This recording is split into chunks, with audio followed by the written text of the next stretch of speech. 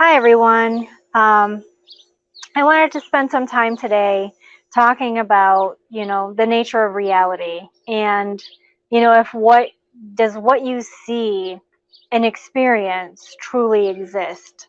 Now, normally I do these lives every Thursday, and last week I was unable to join you because the nature of my reality last week was that we had a really crazy heat wave and, um, we have domestic ducks that are they're rescues, and you might hear them quacking in the back because I decided to come outside today to work.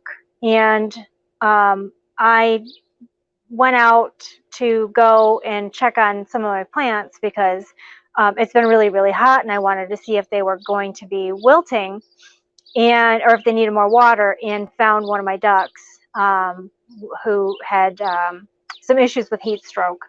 So we had to take her to the vet, and thankfully, after an evening inside in the air conditioning, she made a full recovery, so she's perfectly fine. But in this heat, we really, really need to be careful and make sure that we're taking really good care of our pets. So that being aside, I really wanted to talk last week about the nature of reality and how reality isn't always what we truly believe it is. So, we have an idea of what reality is. We see things, we experience things, we talk to people, we hear things, and what we see and what we experience is our experience. It's nobody else's experience. Now, everything that we see and everything that we hear and everything that we feel is all based on our past experiences and things that have happened to us in our lives. And sometimes that we make what's called predictive judgments based on past experiences and what we're expecting things to be like in the future. So something happened in this situation or this scenario, so we're kind of in the same situation, in the same scenario right now. So I'm going to make a prediction, or your brain is going to make a prediction based on what your past experience is. Now, the interesting thing about reality is that my reality is my reality. No one else can experience my reality the exact same way that I can experience it, because nobody else has been through what I've been through. With that being said, your experiences and your reality are completely different. So take colors, for example. So I might see, so I don't know if you guys can see these flowers back here, the really, really tall ones. Those are common primroses, and they're yellow. And the color yellow that they are to me could be a completely different color than the yellow that maybe somebody else sees. So we all see things and we all perceive things completely differently. So I live in Michigan. Michigan is one of the strictest states right now for quarantine and for reopening. And part of the nature of my reality right now is, wearing a face mask. Anytime you go into a public area, it is required that you wear a face mask, or you could potentially be fined up to $500. So that is the nature of my reality. Now, I choose to do so not because I feel I need to, but I choose to wear it because it makes other people feel comfortable. And I choose to do that because I understand how some people feel when they feel threatened, when they feel afraid, when they feel anxious. And I don't want to be the person that causes anybody else any undue anxiety. Now, I know I've seen and I've heard a lot of stories about things that are happening that are really, really crazy about people wearing face masks. And I'm just using this as an example because it's something that's prevalent throughout the entire world, and everybody has to deal with it right now. Masks or no masks, should we or shouldn't we? I'm asking you, if you choose not to wear a face mask, that is completely your choice. It's the wonderful thing about the world that we live in. Everybody is given free choice.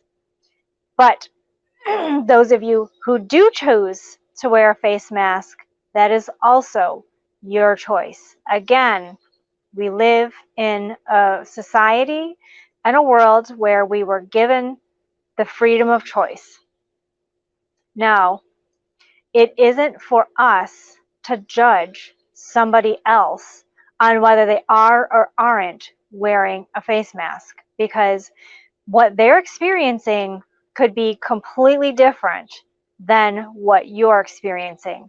Their life, everything that they've been through, everything that they're going through now is something completely different, and you have no idea what it is that they're dealing with, what they're going through, where their thoughts are. And I'm asking everybody to just kind of keep this in consideration or keep this in mind.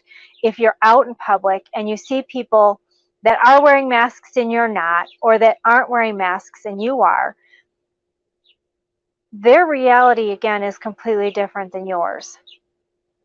And honestly, it's really not our place to judge. Our place is to do what is best and what is right for ourselves. We can't make choices for anybody else. We can't make decisions for other people. I mean, you can help children and guide them, but honestly, anybody that's dealt with a 3-year-old knows that you really even honestly can't make decisions for them, because they're just going to do what they're going to do and it doesn't really matter. And, we really need to understand that everybody has their own reasons for doing things. Everybody has their own reasons for going where they're going. Everybody has their own path that they're meant to follow. Maybe their path means that they're going to get sick. Maybe their path means that they're going to get sick and others are going to get sick. I don't know. It's not for me to decide. I am not the architect of their reality. They are the architect of their own realities. And in my own reality, I understand that I want to try and keep myself safe, and I want to try and keep others around me safe, and I want to try to make others around me feel comfortable. I don't want them to feel threatened or anxious because I am not wearing a mask. So I choose to wear a mask because I want other people to, have a more pleasant experience. Is basically kind of, what I try to do. I don't want other people to feel like they have to be afraid, anywhere near me. So I decided to buy a bunch of net gaiters, and these are really nice because you always have them on. And me personally, I'm always freezing.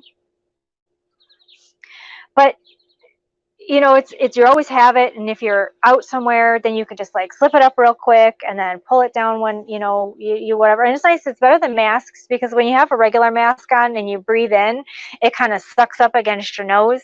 These don't do that. They're actually meant to be worn by people who are active, like people out skiing and hunting and out doing water sports or running, jogging, things like that. So they're a little easier for you to be able to use. You can get them in a bunch of different colors. But again, everybody else's reality is different. Everybody's experiencing things differently. Everybody has different beliefs. And, maybe you don't believe in the fact that there's a disease going. And that's purely your right. Just because um, you may not believe something that somebody else does doesn't mean that their beliefs aren't real, that their beliefs don't have any foundation. So, part of the problem with society today is everybody has this feeling where like my way is the right way, and I'm going to make sure to tell you every single chance that I can that my way is the right way and I'm right and you're wrong. And we really need to kind of get past that. We need to get away from that. I don't know if this thing ended. It looks like it. I don't know if you guys can still see me or not. Okay, there we go. Anyway, we really just kind of need to be cognizant that, everybody has different things that are going on. Now, when it comes to the nature of reality, your world doesn't exist. or at least if it does, it only exists to you. Everything that's in your world, everything that's going on right now is only available to you. We all see things differently. We all hear things differently. We all experience things differently. So, reality honestly doesn't really exist because it's completely different for every single person. So, because it's completely different for every single person, it truly isn't real. It truly doesn't exist. And because reality is completely constructed, it's something that we construct based on, visions, or, and I'm not saying like visions like, I received a vision from whatever, but like what you actually see. So from your vision, from what you hear, and based on past experiences. So one of the things that I struggle with is the concept of hate. And hate particularly based on a specific race or religion or something of that nature. Because I was raised that you don't see people by the color of their skin. You don't. Like, I was raised in a multiracial household, and we were just people. Everyone is just people. We're all just people. There's nobody that's better than anybody else, and sometimes people are down on their luck, and it's just the nature of the world. But because I wasn't raised like that, I wasn't raised to see people as colors, and I wasn't raised to think that my viewpoint is better than somebody else's viewpoint, and that my viewpoint is right compared to somebody else's viewpoint. The concept of discrimination and the concept of hatred based on a difference is something that is completely foreign to me, because it isn't a concept that I was ever raised with. So it's really, really, I struggle so hard to understand logically what it is that drives people to feel the way that they feel, in regards to other people, because it isn't a concept that I knew or that, I grew up with. And that's kind of the way everything is with reality. It's all concepts. We all have concepts. If you grab an apple, you go to the store and you see an apple and it's red and it's beautiful, and you're like, oh my God, I can't wait to bite into this delicious red apple, because you have a concept of a red apple and what a red apple is going to taste like, and you bite into this apple and it tastes like a watermelon. It's going to completely throw you off, and you're going to be like, whoa, wait a minute, and you're going to get upset because you had an idea in your head of what this apple was going to actually taste like, and then it tasted like something completely different. So this is what a concept is, and how our world is completely created based on these concepts, on past experiences and things that we know. And because our experiences are based on concepts, we can change the way those concepts are. So we have the ability to change. Okay, so now I have this apple that tastes like a watermelon. Okay, so when you go to the store now and you buy an apple, you're going to be basically saying, okay, is this apple going to taste like an apple, or is it going to taste like a watermelon? I don't really know, because now I have a concept of an apple that tastes like a watermelon. Up until a few years ago, I had no concept of broccoli and cauliflower that could be different colors other than white and green, and now they've got like orange and purple. I don't know how they do it. I'm a gardener and I really haven't looked into it, but those concepts didn't exist until just a few years ago. So now my brain has these concepts. Okay, you can buy, purple cauliflower, and it's going to be okay. A lot of people probably see it and they're like, yeah, no, there's no way in hell I'm going to buy purple cauliflower because it's purple, and cauliflower is not supposed to be purple. And it probably tastes just fine. I've never actually bought any. But again, these are concepts, and this is how our world is created. Our world is created based on concepts and things that we've learned. And we have the ability to unlearn these things. We have the ability to shift our perceptions, to change the way we feel about things, to change the way we think about things.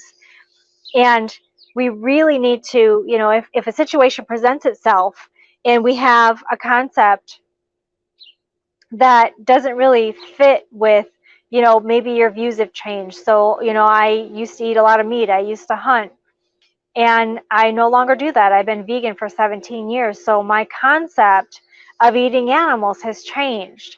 And it's completely possible for you to change your concepts of things and your expectations of experiences. But you have to recognize when these things are happening. You have to recognize that you have to actually make a conscious decision that you want to make the change, and then you physically have to work on trying to shift your thoughts and shift your perceptions. And the easiest way to do it is just immersive therapy. And immersive therapy is just, if you don't understand a concept of purple cauliflower, just go and start buying purple cauliflower. Now all of a sudden you're like, okay, purple cauliflower, whatever. It's a part of my experience. It's a part of my concept. Now purple cauliflower is okay. Then you do the orange cauliflower and you're like, okay, now that's a part of my experience. I understand this concept. Okay, I do not want to go out and learn how to hate people based on the color of their skin. That's just not something I'm willing to do because I don't think it's right.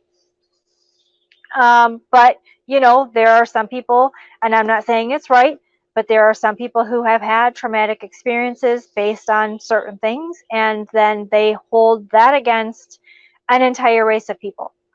Again, I'm not saying it's right. It's just their experience. Okay. Maybe they grew up in a bad neighborhood. Maybe they, were driving someplace. I used to live in Detroit. I went to school in Detroit.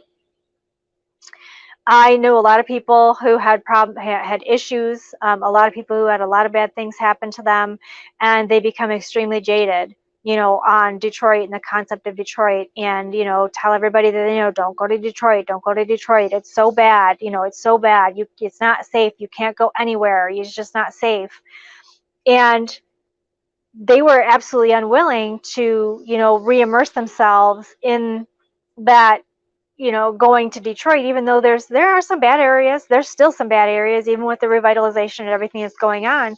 But there's also a lot of really good areas, and there's a lot of really good people. But there's a lot of really good people everywhere. It doesn't matter where you are.